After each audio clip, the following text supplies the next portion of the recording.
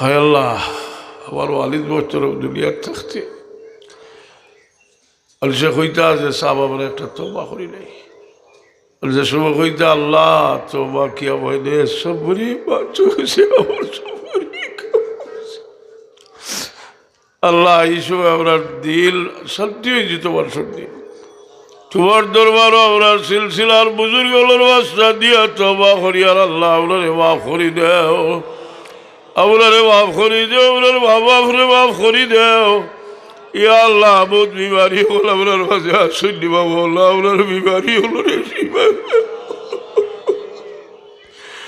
আল্লাহ।